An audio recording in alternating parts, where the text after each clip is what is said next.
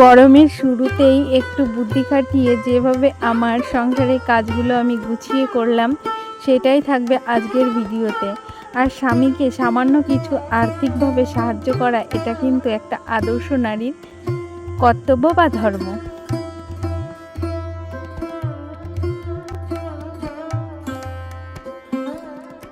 শুভ সকাল আমার প্রিয় বন্ধুরা, তোমরা সকলে কেমন আছো? আশা করছি প্রত্যেকেই খুব ভালো আছো। তোমাদের ভালোবাসা আর ঈশ্বরের আশীর্বাদে আমিও না বেশ ভালো আছি। তোমাদের সবাইকে আমার ছোট্ট পরিবারে অনেক অনেক স্বাগত আর তোমাদের সবাইকে অনেক অনেক ওয়েলকাম। আর ভিডিওটা শুরু করার আগে আমার যারা বয়োজ্যেষ্ঠ তাদের শ্রীচরণে শত প্রণাম, ছোটদেরকে অনেক ভালোবাসা জানিয়ে আজকের ভিডিওটা তোমাদের সবাইকে সাথে নিয়ে শুরু করলাম। আশা করছি আজকের ভিডিওটা তোমাদের খুব ভালো লাগবে। যদি কোথাও তোমাদের একটুও ভালো লাগে তাহলে প্লিজ একটা লাইক করে দিয়ে যেও।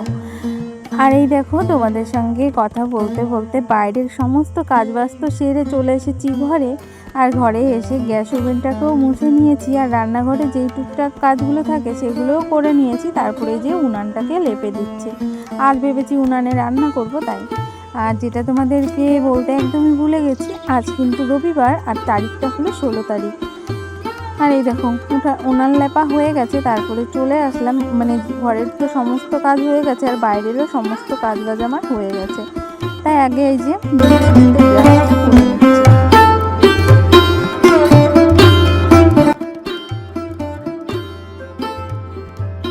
আর আমি না ওখানে দাঁড়িয়ে দাঁড়িয়ে ওই যে সামনের পুকুর থেকে ওই দাদা মাছ ধরছিল সেটাই দেখছিলাম।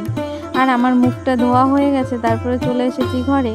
আর এই দেখো আজ আর মাথায় চিরুনি দিলাম না, কেন বলো তো? ভেবেছি একেবারে ঘরটাকে সুন্দর করে গুছিয়ে নিয়ে স্নান করতে চলে যাব, ওই জন্য আর মাথায় চিরুনি দিলাম না।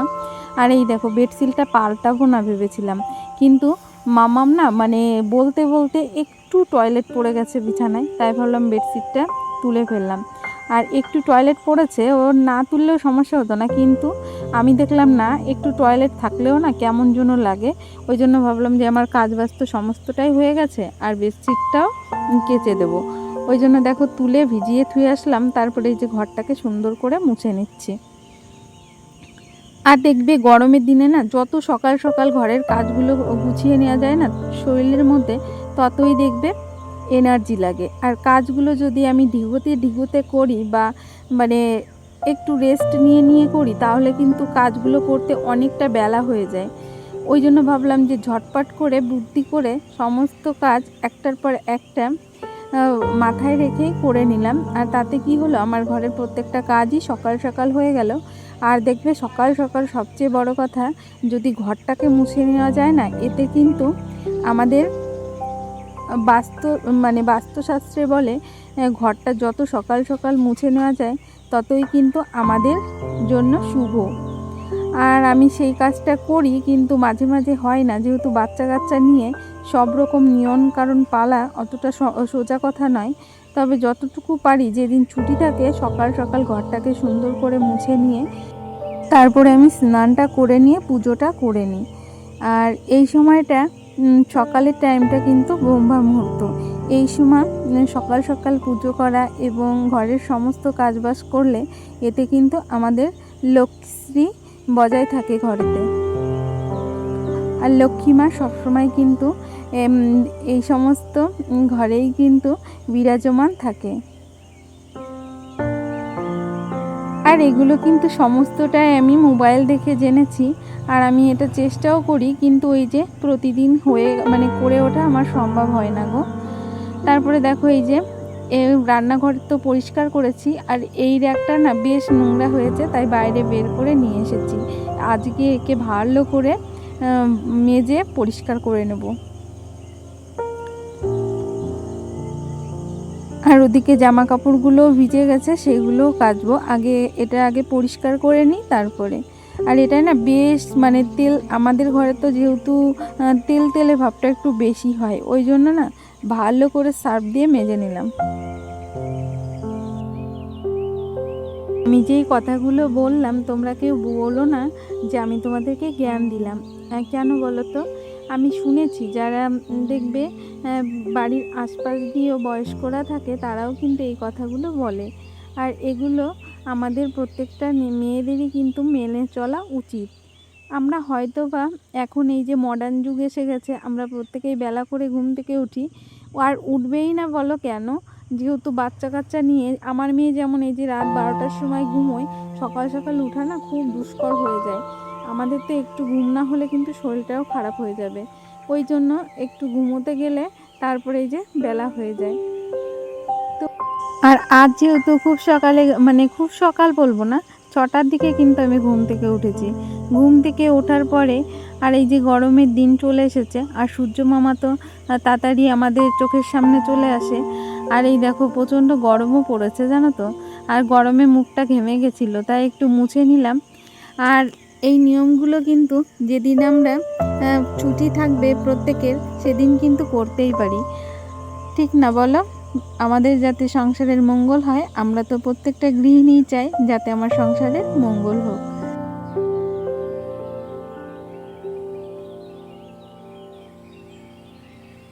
তারপরে ওইগুলো তো বেলা হয়ে গেছে, কলপারে আরও কিছু মানে আছে, সেগুলো কাচতে হবে। যেমন ওই যে আছে হলো বিছনা চাদরটা, আর তার সঙ্গে আর দুটো জিনিস আছে, সেগুলোও কেচে নেবো। এগুলো কাঁচা হয়ে গেছে, এখন জল দিয়ে ভালো করে ধুয়ে নেব। আর এই দেখো আমার তো ধোয়া হয়ে গেছে, এখন এই যে ভালো করে চিপড়িয়ে নেব। আর আমি না জামা কাপড়গুলো সবসময়ের জন্য মানে একটু চিবড়িয়েই মেলি, যাতে অল্প রোদ থাকলেও যাতে শুকিয়ে যায়। কিন্তু এখন তো প্রচুর রোদের তাপ, সবই শুকিয়ে যাবে, কোনো সমস্যা নেই। তারপর দেখো এই যে ধামাটা ওখানে রেখে দিলাম, এখন এই যে বিছনা চাদরটা এই তারের উপর দিয়ে দেব। আর এর মধ্যে কিন্তু মামামও উঠে গেছে, আর মামামের জন্য এখন আবার আমি খুব ব্যস্ত হয়ে কাজগুলো করছি। যেহেতু আমি পুরোটাই ভিজে গেছি, মামামকে খাওয়াতে হবে, ওই জন্য ঝটপট করে কাজগুলো করছিলাম জানো তো, খুব ঝটপট করে কাজগুলো করছিলাম। আর এখন কিন্তু ওই যে 8টা মতো বাজে, তারও কম, 8টা মতোই বাজে, 7:45 বাজে জানো তো। আর এই দেখো ঘরের কিন্তু প্রত্যেকটা কাজও হয়ে গেছে, এখন ঝটপট করে স্নানটা করে তারপরে মামামকে খাইয়ে নেব।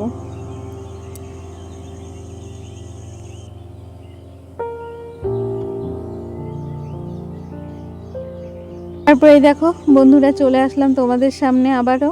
আর আমার এখন স্নান করা হয়ে গেছে। আর ওই দেখো সকালে তো দেখতেই পেলে বেনুনিটা আজ আর আমি খুলিনি, এখন এই যে খুলে নেব। আর চুলে না একটু জল দিয়েছি, কেন বলো তো, মাথার মধ্যে না একটু কেমন লাগছিল। আমার আবার বেশি রোদে, মানে বেশিক্ষণ রোদে থাকলে মাথাটা যেন ঘোরে জানো তো। আর আমাদের বাড়িতে সূর্য মামা মানে খুব তাড়াতাড়ি উঠে যায়, আর তার সঙ্গে প্রচুর তাপ দেয় গো। আর রোদে বসে কাজগুলো যেহেতু করেছি, মানে কলপাড়েও রোদ চলে আসে, সকাল সকালই রোদ চলে আসে। আর তারপরে যে চুলগুলো না মানে বেশ লম্বা হয়েছে, কিন্তু একদমই পাতলা হয়ে গেছে। তবে কি করব বলো, তোমাদের দাদাভাই আবার চুল কাটা একদমই পছন্দ করে না, ওই জন্য না চুলগুলো আমি কাটতেও পারি না। তবে লম্বা চুল আমার বেশ ভালো লাগে, কিন্তু সেইভাবে যত্ন করা হয় না জানো তো। তারপরে দেখো এই যে মুখে একটু ক্রিম লাগিয়ে নিলাম, আর এখন সিঁদুরটা পরে নেব। আর এর মধ্যে কিন্তু আমি পুজোর থালা বাসনগুলো মেজে নিয়ে এসেছি, যেহেতু পুজোটা করব তো, তার জন্য ভাবলাম একেবারে সিঁদুরটা পরে নিয়ে তারপরে পুজোটা করে নেব।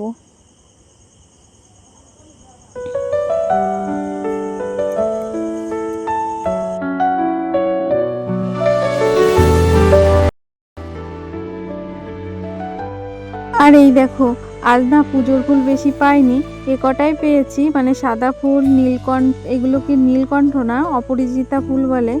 এই দিয়েই আজকে আমার ছোট্ট সিংহাসনটাকে সাজিয়ে নেব আর পুজোটা করে নিই।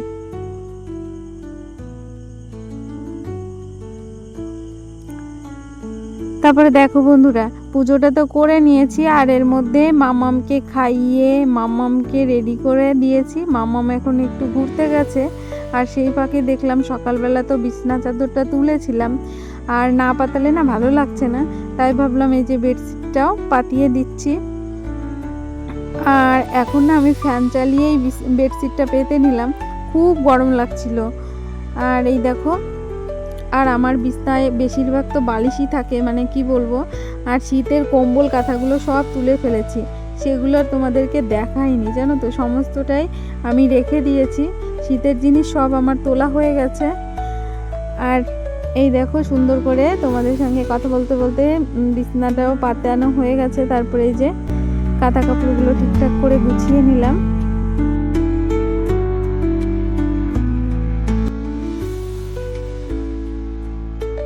নটা বেজে গেছে, আর এখন চলে যাব সকালে টিফিন করতে। আর মামামের জন্য এই যে খিচুড়ি বসিয়েছিলাম, তা খিচুড়িটা নামিয়ে নিলাম। আজ না সকালে ভারী কিছু রান্না করব না, ভেবেছি আজ একটু চা খাবো। অনেক দিদিভাই আমাকে চা খেতে বলছে, তা আজকে ভাবলাম একটু চা করি, যেহেতু সময় আছে আর সকালে তো রান্নাবান্না কিছুই হয়নি, তাই চা করলাম। আর তার সঙ্গে এই দেখো, কাল গেছে শনিবার, আর শনিবারের দিন না ওর বাবা বুঝতে পারেনি, আমার জন্য এই যে নিয়ে এসেছিল খাবার, টোস্ট, মানে যেটা পাউরুটির টোস্ট বলে না, সেটা নিয়ে এসেছিল। তা আমি আর খাইনি, ফ্রিজে রেখে দিয়েছিলাম। আর এইদিকে দেখো আমার চাটা হয়ে গেছে। আর এই চার মধ্যে কিন্তু আমি আজকে তুলসী পাতা দিয়েছি। তুলসী পাতা দিয়ে চা খেতে না আমার ভীষণই ভালো লাগে। তারপরে এইদিকে দেখো বাজারে গিয়েছিল কর্তামশাই, বাজার থেকে বাজার করে নিয়ে এসেছে মাছ, আর এখন আবার মাছ কাটতে হবে। তাই দেখো আগে টিফিনটা খেয়ে নেব, তারপরে মাছগুলো কেটে নেব। আর এই দেখো বাজার থেকে এনেছে একটা বাটার, একটা পেস্ট, টুথপেস্ট, আর একটা ডালিয়ার প্যাকেট। আর ডালিয়াটা তো তোমরা প্রত্যেকেই জানো, আমার মামাম খায়, মামামের খিচুড়ি করি ডালিয়া দিয়ে। এই ডালিয়াটা নিয়ে আসছে আজকে। তারপরেই দেখো, আর এই যে রাতে একটু পায়েস ছিল, মানে কালকে রাতে করেছিলাম পায়েসটা, এই সিময়ের পায়েস, মুড়ি দিয়ে ওর পাপা খাবে, আর আমি খাবো একটু বিস্কুট আর টোস্ট। আর ওর বাবা না মানে পাউরুটির এই এগুলো খেতে চায় না, আমিই খাবো, আর ওর বাবা একটু চা খাবে। তারপরেই দেখো আমরা দুজনে বসে চা খেতে বসে গেছি, আর তার সঙ্গে একটু গল্প করছিলাম দুজন মিলে। যেহেতু প্রতিদিন তো এইভাবে বসে একভাবে চা খাওয়া হয় না, আজ দুজন না কথা বলতে বলতে একটু চা খেয়ে নিলাম, বেশ আনন্দ করলাম, হাসি ঠাট্টা অনেক কিছু হলো, দুজন মিলে বসে বসে অনেক বকবক করলাম। আর এই যে গরমের জন্য দেখো পাখাটা চলছিল। আর এভাবে রিল্যাক্স করে গল্প করা আমাদের দুজনারই মানে হয়ে ওঠে না, কেন বলো তো, মামাম থাকে, তারপরে ছেলে থাকে, কিন্তু ওরা তো যেহেতু প্রত্যেকেই বাড়িতে নেই আজ, মানে মামাম গিয়েছে দাদা ভাইয়ের সঙ্গে ওইদিকেই ঘুরতে। আর দুজনা মিলে অনেক গল্প করে তারপরে আমি চলে গেছিলাম মাছ কাটতে।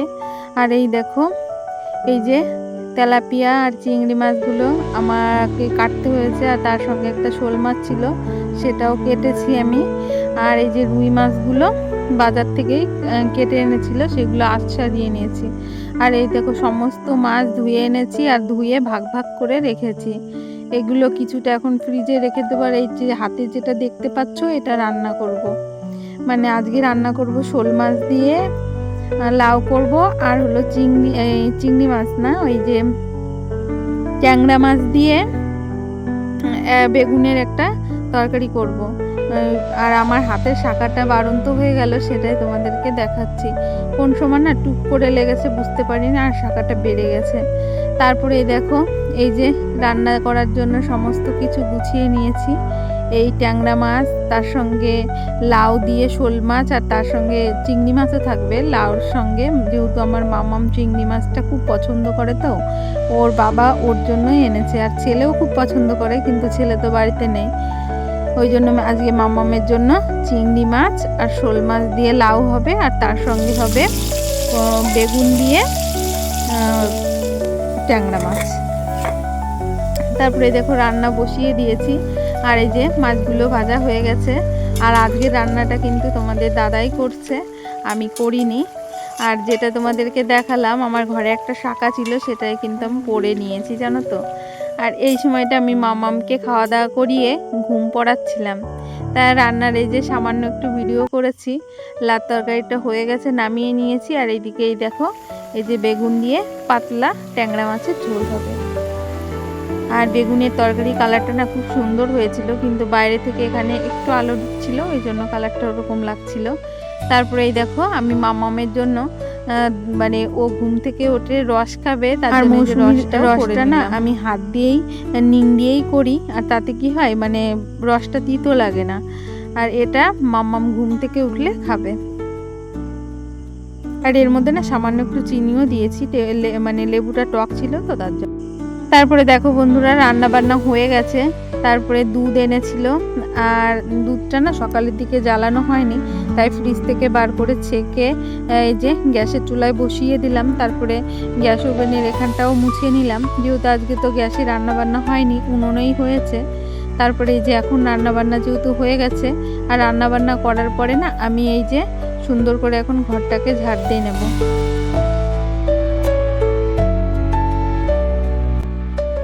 আমাদের এই সমাজে আদর্শ নারী বড্ড অভাব। এই আদর্শ নারী কিন্তু পারে নিঃস্বার্থভাবে নির্দ্বিধায় সংসারটাকে সুন্দরভাবে পরিচালনা করতে, আর নিঃস্বার্থভাবে নিজের কাছে থাকা সামান্য কিছু অর্থ সেটাও কিন্তু পরিবারের কাজে ব্যয় করতে একটু দ্বিধাবোধ করে না, আর সেটা কিন্তু স্বামীর হাতেও তুলে দিতে পারে, আবার পরিবারের সবার হাতে সেটা নির্দ্বিধায় সে তুলে দিতে পারে।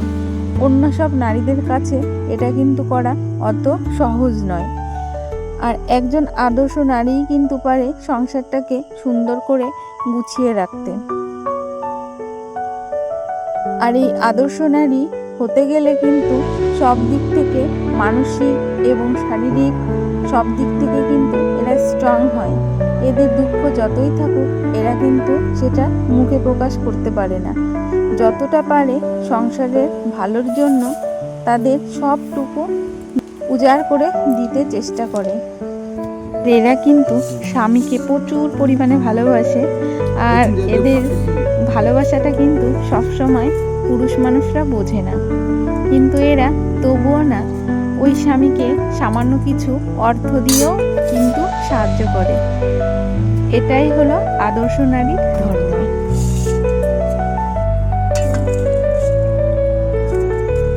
দেখো তোমাদের সঙ্গে অনেক বকবক করলাম, অনেক কথা বললাম, তারপরে চলে এলাম দুপুরের খাবার দাবার নিয়ে।